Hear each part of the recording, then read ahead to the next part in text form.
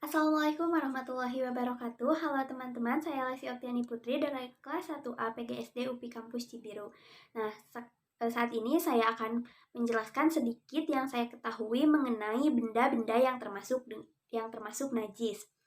Najis yaitu benda yang kotor menurut syara, yaitu yang pertama, bangkai binatang selain ikan, belalang, dan mayat manusia dalam Quran Surat Al-Maidah ayat 3 dan Quran Surat Al-Isra ayat 70. Yang kedua, darah disebutkan dalam Surat Al-Maidah ayat 3. Yang ketiga, nanah.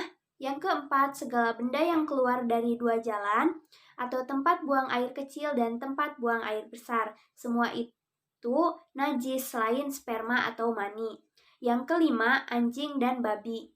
Sabda Rasulullah, cara mencuci bejana seseorang dari kamu apabila dijilat anjing, hendaklah dibasuh 7 kali. Salah satunya hendaklah dicampur dengan tanah.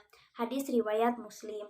Yang keenam, setiap minuman keras yang memabukkan atau arak dalam Quran Surat Al-Maidah ayat 90. Yang ketujuh, bagian badan binatang yang diambil dari tubuhnya selagi hidup dalam Quran Surat An-Nahl ayat 80. Selanjutnya saya akan menjelaskan pembagian najis dan cara menyucikannya. Yang pertama ada najis mukhafafah. Ialah najis yang ringan, seperti air kencing anak laki-laki yang usianya kurang dari 2 tahun dan belum makan apa-apa selain air susu ibunya. Cara menyucikannya kita perhatikan hadis berikut. Barang siapa yang terkena air kencing anak wanita harus dicuci, dan jika terkena air kencing anak laki-laki cukuplah dengan memercikannya air padanya. Hadis riwayat Abu Daud dan An-Nasai. Yang kedua, najis mutawasitoh.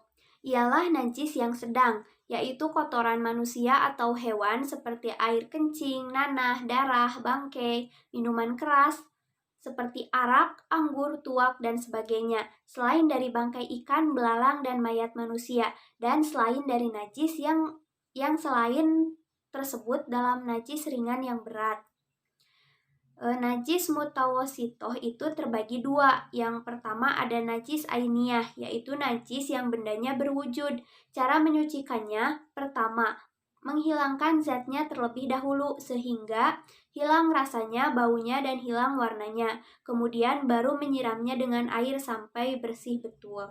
Yang kedua, najis hukmiyah, yaitu najis yang bendanya tidak berwujud, seperti bekas kencing, bekas arak yang sudah kering.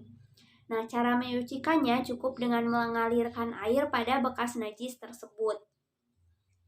Yang ketiga ada najis mughaladoh, yaitu najis yang berat, yakni najis yang timbul dari najis anjing dan babi, terdapat dalam Quran Surat Al-An'am ayat 145. Hadis yang diriwayatkan oleh Imam Muslim dalam kitab Al-Fiqhu Al-Muzahibil juz 1 halaman 16.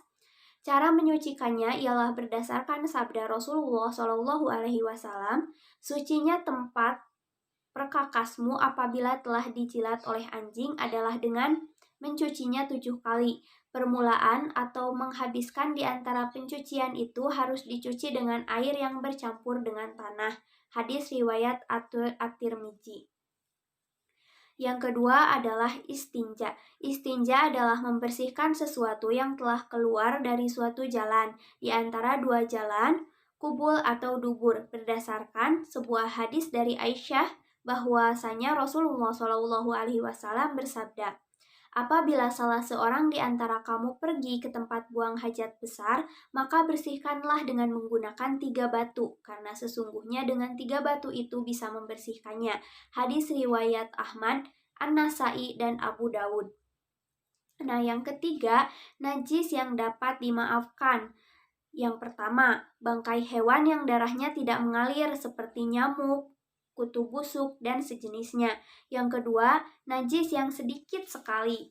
Nah, yang ketiga, nanah, darah dari kudis atau bisul kita sendiri yang keluar ketika sholat. Yang keempat, debu yang terbuang membawa serta najis dan lain-lain yang sukar dihindarkan. Nah, yang keempat ada adab-adab buang air atau hajat. Yang pertama, membaca doa ketika akan masuk atau keluar WC. Yang kedua, menutup diri dan menjauh dari manusia ketika buang hajat. Yang ketiga, tidak membawa sesuatu yang bertuliskan nama Allah. Yang keempat, tidak menghadap kiblat ataupun membelakanginya. Yang kelima, dilarang berbicara secara mutlak kecuali jika darurat. Yang keenam, tidak buang hajat di jalan atau tempat bernaungnya manusia. Sekian yang dapat saya sampaikan. Terima kasih. Wassalamualaikum warahmatullahi wabarakatuh.